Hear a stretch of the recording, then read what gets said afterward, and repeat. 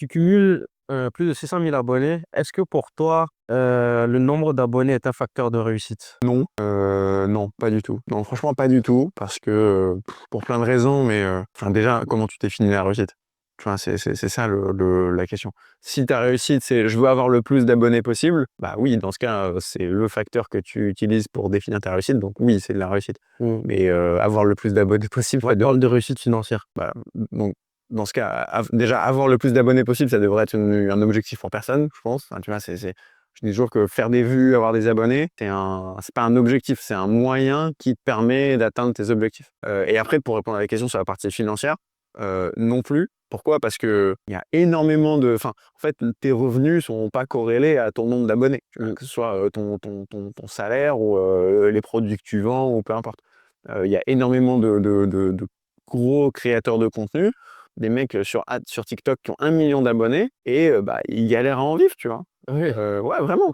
Ah, mais tu serais surpris.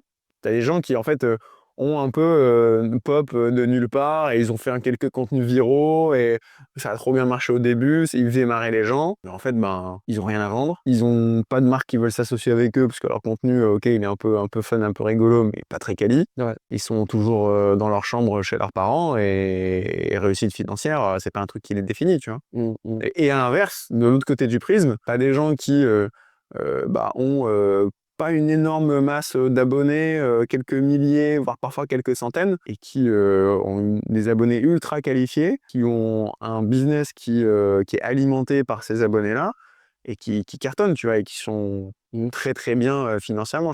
On me donnait l'exemple hier, bah, d'ailleurs dans le podcast avec Naïm dont je te parlais, qui me parlait d'une nana, enfin d'un médecin, d'une docteur aux US, Ouais. qui vendait un truc pour les docteurs, un produit à plusieurs milliers de dollars, tu À vois, l'étiquette. ultra ultra étiquette, elle avait 800 abonnés.